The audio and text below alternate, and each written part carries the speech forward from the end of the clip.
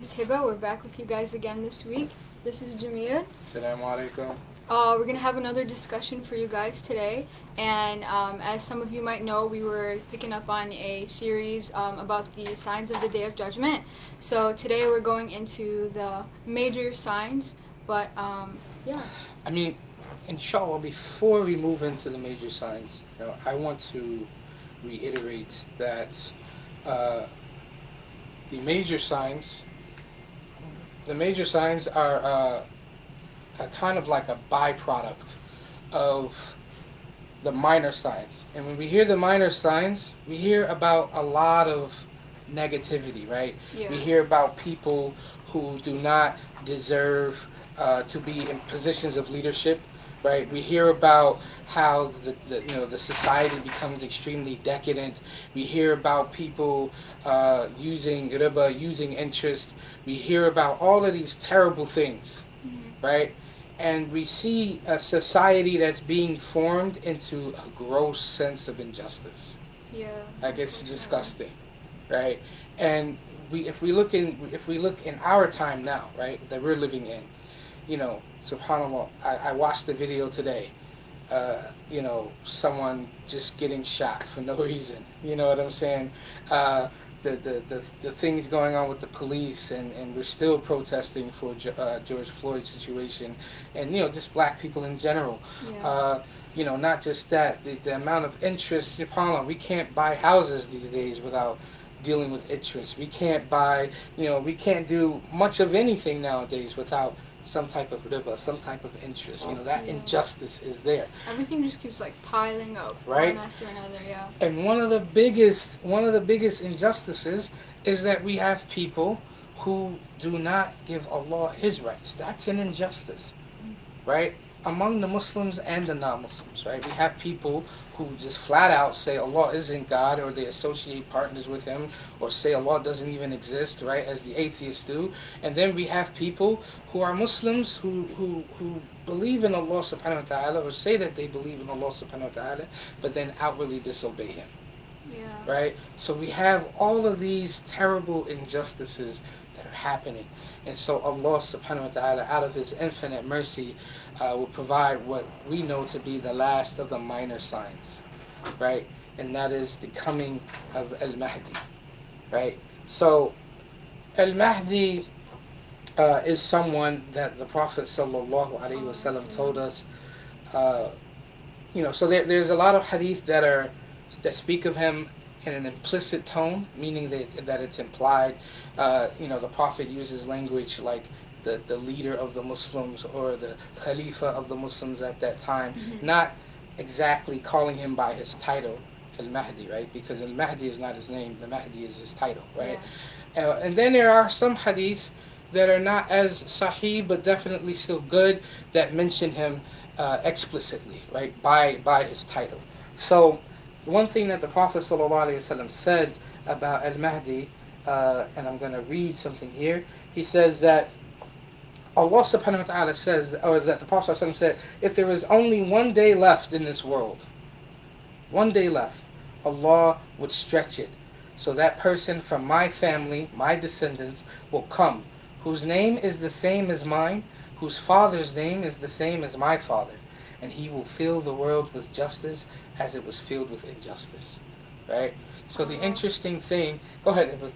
Oh, I was just saying, subhanAllah, it is interesting to know that there is somebody who's going to, wipe out these injustices at one point. Because right now it seems like they're never ending, and that, like I was mentioning, they're just piling up and things just seem to get worse. So it's kind of relieving to know that Al-Mahdi will be here at one point to solve these injustices for us. Right. And so we learn a few things about him, right, from this particular hadith. One of the things that we learned is we learn his name. His name will be the same as the Prophet Muhammad ﷺ's name, and that his father's name will be the same as his father's name, which is Abdullah. And, we learn about his mission, right, which is to fill justice in the world as injustice was filled into the world. And, we go on, we hear so many stories. One of the stories that we hear, for instance, is that literally he will give out money to the people, right? He will give out money to them without counting. So can you imagine, there's a story that the Mahdi will ask the people, who needs wealth, who needs anything, right? And the people will be silent. No one will say anything. And so an old man who doesn't really need it, he'll, sure, why not? If you're giving out, I'll take it, right? He goes up, and the way it's described is that, like if you had a distachia, fill it with wealth, right? And the man's distachia is filled with wealth, right? And then he gets ashamed, right? Because he's the only one taking money, right? Everybody else is cool; they don't need anything. But this is the barakah of the time of Al-Mahdi, right? That he will be here and he will restore so much justice that nobody will need wealth. No one will ask for it, right? And we look at our time now, subhanallah. We're talking just to keep it relevant, right? We talk about how in the time of what's going on with George Floyd, and you had all these people looting, right? Yeah. What people don't realize about that looting, right? I drive from the city and I drive out to the suburbs a lot. And when you get out to the suburb, it's like a whole new world kind of takes shape, right? And you don't see boarded up windows. You don't see boarded up properties. I'm sure a few places out here, not very many though, something happened. But you don't see, and the reason being is because it is assumed, and it's true, that more wealthier people live out here, right? In suburbs or suburban areas, they tend to be a little more. So you don't see people who have wealth or some sense of wealth trying to break into some store or trying to take something. It is only the poor people, and you have to keep that in mind. Yeah. Right? They're looting for a reason, because they don't have anything. And we're talking about the time of Al-Mahdi where nobody wants anything. He's offering, begging to give. No one's taking. That's the justice of the Mahdi, inshallah, that will be returned. It's also said about his time that he will resemble the Prophet sallallahu alaihi wasallam in character, right? Not in looks, but in character. So, and inshallah, we all get to see the time of Al-Mahdi, inshallah. That we get to see someone who is just like the Prophet sallallahu alaihi wasallam in character. That's beautiful. Yeah. We have not seen anyone remotely close to the likes of the Prophet sallallahu alaihi wasallam ever in our time. So that would be amazing to see someone like that.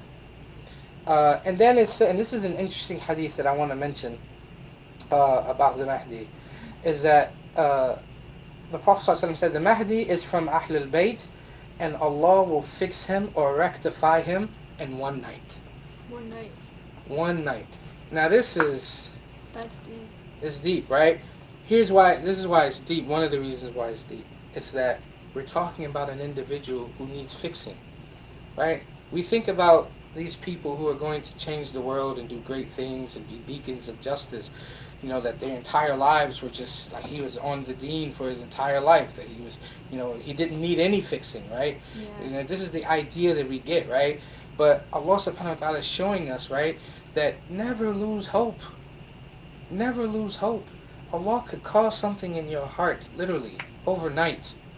You do a 180. Yeah. That Allah will fix his heart in one night. And inshallah, we take some hope from that.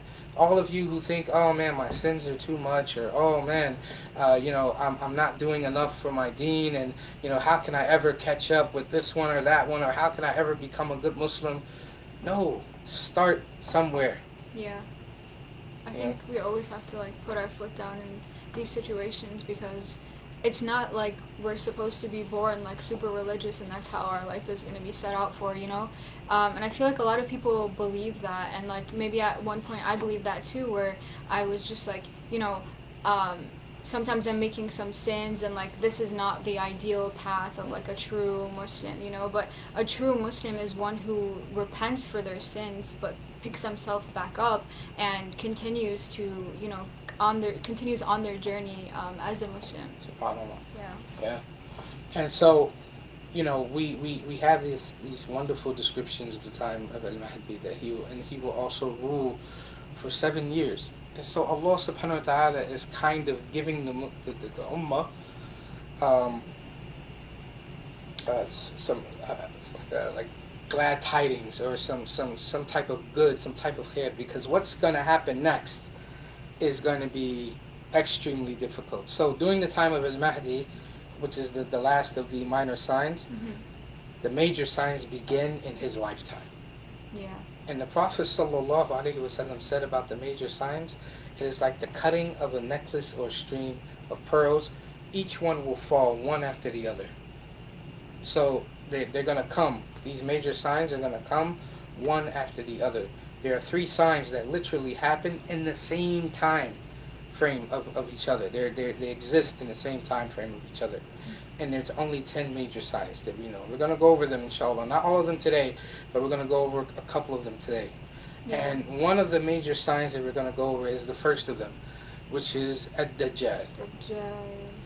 And the Prophet ﷺ said that there is no greater fitna than the fitna of a Dajjal. And I want us to put that in perspective.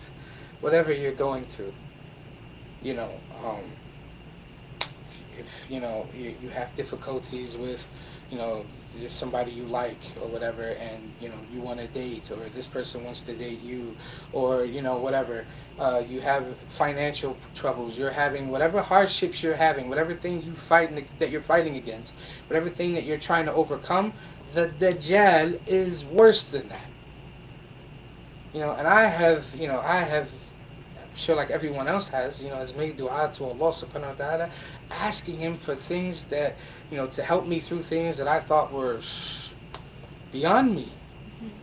And the Prophet is telling me there is no greater fitna than the fitna of the Dajjal. And we're going to see why. In a few minutes, inshallah, we're going to see why that fitna is so great. And one of the things that people need to understand is that the Prophet ﷺ said that there will be a man among you. There will be a man among you who his deen he's the strongest among the people of his time. He will go to the Dajjal and he will leave a kafir.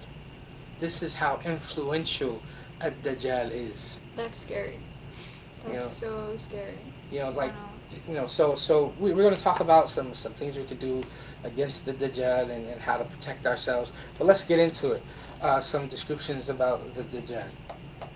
Prophet ﷺ said that he is a young man with a reddish complexion, short with thick curly hair, a wide forehead, and a broad upper chest area. So the Prophet is giving us, so I want you guys to think about this, right? The Prophet wants us to be prepared. He wants us to be able to recognize this individual, because what? When the Dajjal comes, he's going to say, I am a prophet, right? Now we already know the Prophet ﷺ was the last of the prophets, right? So there's no prophet coming after him, right? But he's going to claim to be a prophet, and then he's going to claim to be Allah himself, right? And of course, his claims are going to come with some type of, like Allah is going to give him, imbue him with some capabilities, some abilities that will seem very godly-like. We're under the impression that only Allah makes it rain. That Dajjal will have that ability to make it rain. We are under the impression that the Dajjal is the only one, or that Allah subhanahu wa ta'ala is the only one that could bring crops back to life. The Dajjal will be given that ability. So the Prophet is trying to well equip us with the understanding and know how to recognize this individual, right? So then he says he is blinded, or he has a defect in the right eye.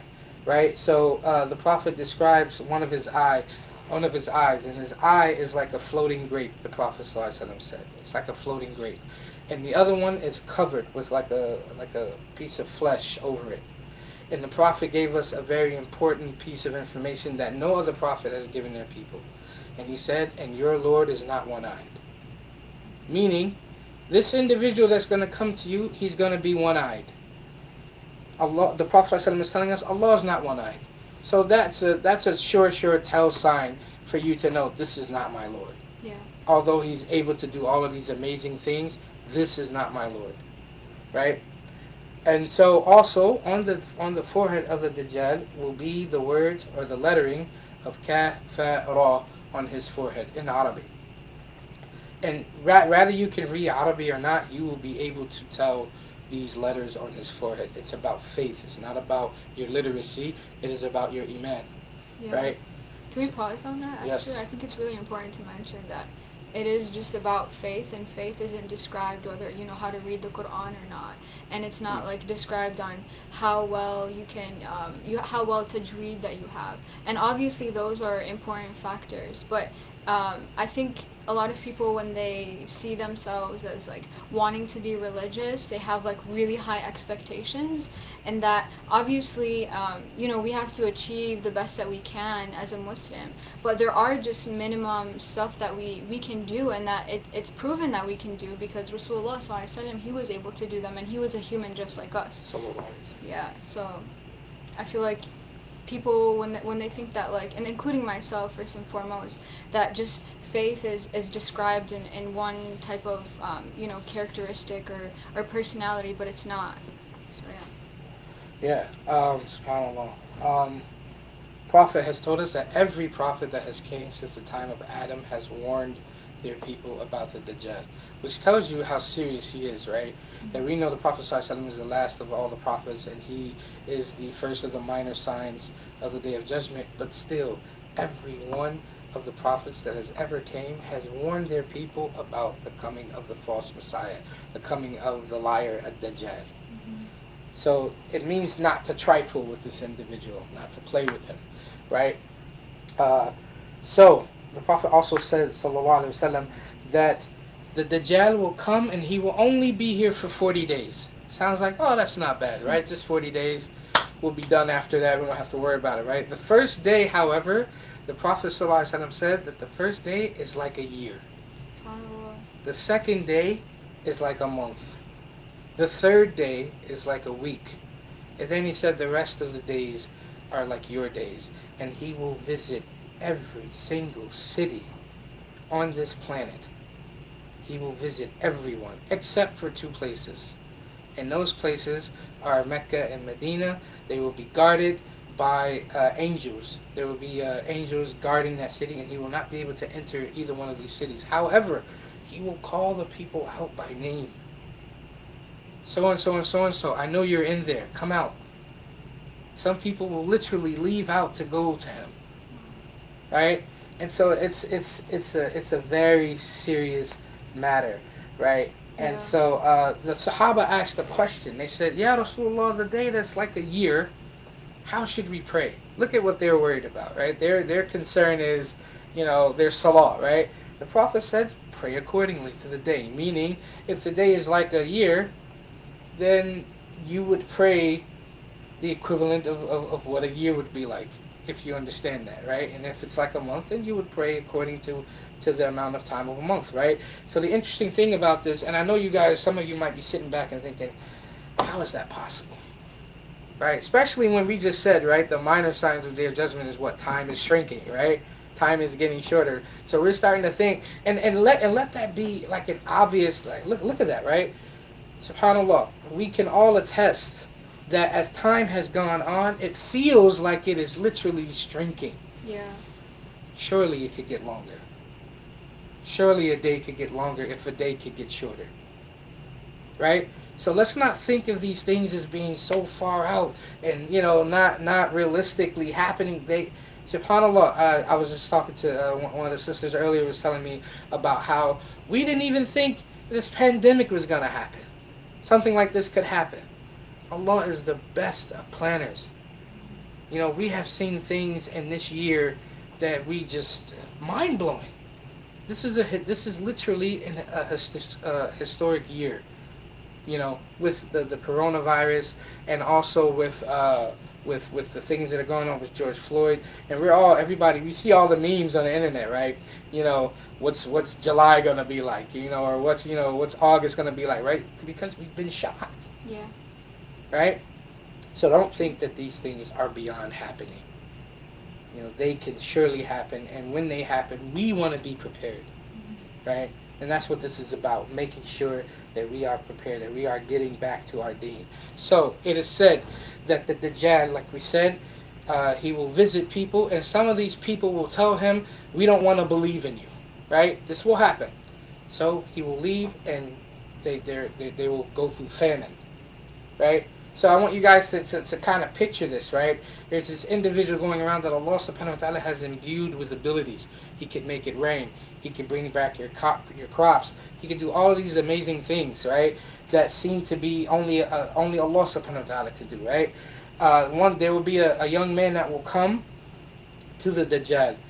And the Prophet ﷺ said about this young man, a youth will say, I bear witness that you are the Dajjal, of whom the Messenger of Allah ﷺ told us. And the Dajjal will say to the people, right? So there are people around him, his followers. What do you think? If I kill this man, then bring him back to life, will you have any doubts? Look at how he's talking, right? To his followers. This guy, right? He's opposing me, right? So how would you feel if I killed him, brought him back to life? Would you then believe, surely without doubt, that I am your Lord? This is what he's saying to the people. Very scary. And then he goes, and they will say, no, we will not have any doubts, right? So he will kill him, then bring him back to life. Look at what Allah has allowed him to do. Now some of you might be thinking, why does he have this ability? See, now Isa alayhi salam had similar abilities, where Allah subhanahu wa ta'ala allowed him to do things that were beyond the scope or the capabilities of normal human beings, right?